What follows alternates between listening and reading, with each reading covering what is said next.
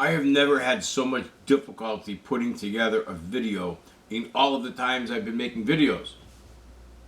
I tried to put together the next two parts of my story, which involves speaking a bit about my K1 and the bike that replaced it.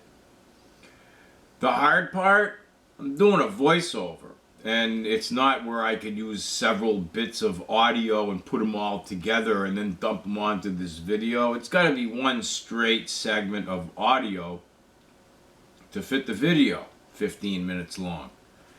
That's a lot of talking, and I'm trying to do it without scripting it. It's proving difficult. And, you know, it's an important part of my story because I already got a little farther ahead than I wanted to.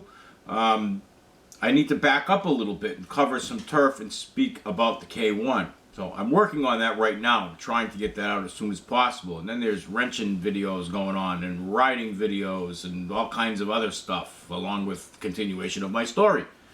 So it's in the works. I'm doing my best. Thank you for your patience. Thank you for your patronage. You'll see me all again. You'll all see me again very soon. Thanks. Bye. Hi, I'm telling you my story of my involvement with BMW motorcycles and how it relates to current events.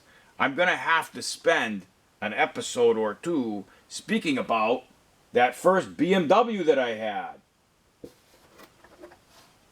I put a lot of miles on that 1990 K1 in a pretty short amount of time, and there's a story to tell. It's a long story to tell. You know, how do you talk about a bike that you rode all over the place and fuck, see, it's getting too fucking long, dumbass. Cut all that fuck out. The beginning was okay. So, coming up next is Tales About the K1.